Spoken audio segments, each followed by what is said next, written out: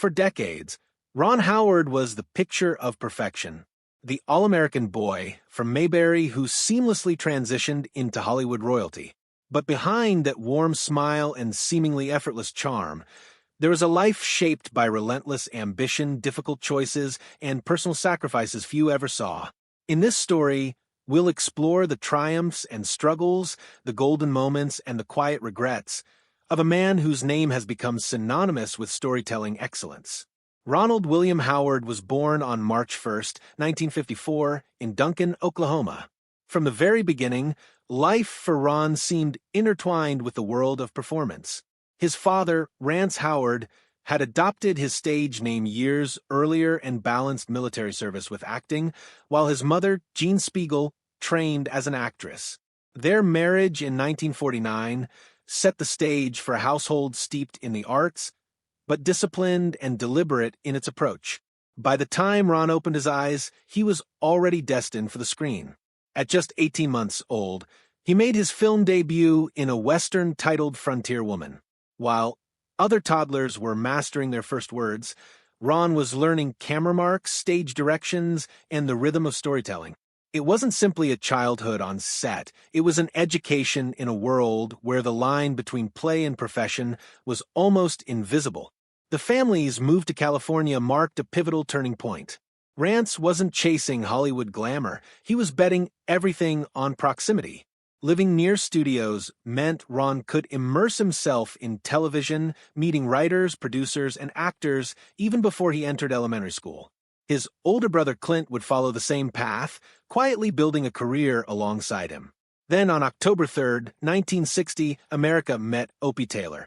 On The Andy Griffith Show, 6-year-old Ron Howard brought to life a character that would become iconic.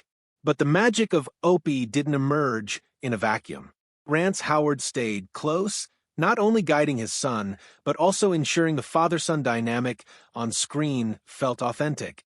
During early rehearsals, Rance challenged the writers, insisting the scripted interactions lacked real emotion. Andy Griffith listened. That handshake between Rance and Griffith wasn't just a professional gesture. It shaped the heart of the show, and in many ways the trajectory of Ron's life. For 8 seasons, Ron grew up in a world both protected and demanding. The set wasn't just a workplace, it was a classroom, a playground, and a home away from home. He had tutors, yes, but no ordinary classmates. Lunches were shared with his father or the crew.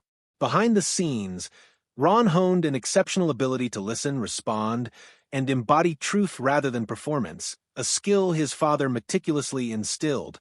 Some moments stand out as both a testament to his natural talent and the pressures he faced. In 1963, Season 4 of The Andy Griffith Show, 9-year-old Ron filmed the now-famous Opie, the Birdman episode. In a scene that demanded deep sadness, Ron didn't rely on exaggerated gestures or cues. He allowed real emotion to flow, using substitution techniques to access genuine feeling. Director Bob Sweeney needed hardly any retakes, and Andy Griffith recognized it as adult-level timing. Yet beneath the applause, Ron felt the isolation of a golden cage, safe and successful, but missing the ordinary joys of childhood. By 1962, the Music Man introduced new challenges. Ron was 8 years old, tone-deaf, and clumsy on his feet. Yet he pushed through, memorizing lines for not only himself, but Shirley Jones as well, rehearsing miniature scenes at home, directing dolls through the motions of the film. While it appeared playful, it was early evidence of his instinct for directing, an obsession with control, and his relentless pursuit of excellence. The mid-1960s brought experimentation. Ron joined the Monroes, a short-lived Western series shot in the rugged Wyoming Rockies. The rejection when the series was canceled left an impression on young Ron. Yet these setbacks never deterred him. They sharpened his understanding of the industry and prepared him for the bigger stages to come. By 1974, Ron faced a new crossroads. He was 19, auditioning for Happy Days. The chemistry with Henry Winkler was instant. He didn't act like a child or a star. He acted like someone real. He landed the role of Richie Cunningham, a part that would carry him through his teen years and give him the financial freedom to step behind the camera. But while Happy Days provided stability, it also illustrated the creative frustrations of television. Ron wanted to address the real world, issues like the Vietnam War, but network executives refused. This tension planted the seeds for his transition from actor to filmmaker, instilling a need to tell stories with full control and authenticity. Directing opportunities soon followed. At just 23, Ron helmed episodes of Happy Days, crafting sequences with precision and emotional depth that impressed both cast and crew. His early experiments with directing led directly to his first feature, Grand Theft Auto 1977, which he co-wrote with his father. With a modest budget of $602,000, the film grossed $15 million, a staggering return that proved his instincts were not only creative but also commercially viable. Meanwhile, Ron's personal life was quietly flourishing. He married his high school sweetheart, Cheryl Alley, in 1975. Their bond, rooted in familiarity and mutual respect, became a stabilizing force throughout his career. Cheryl's unwavering support allowed Ron to pursue his ambitions while maintaining a connection to family life, a balance he would continue to struggle to perfect.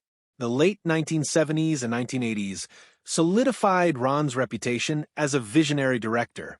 Night Shift 1982 showcased his ability to navigate dark comedy, blending risk with mainstream appeal. Splash 1984 not only launched Tom Hanks into stardom but proved Ron could craft a blockbuster while retaining heart and humor. He co-founded Imagine Entertainment in 1985 with Brian Grazer, a partnership that would produce decades of influential work. His dedication to authenticity reached extraordinary levels with Apollo 13, 1995.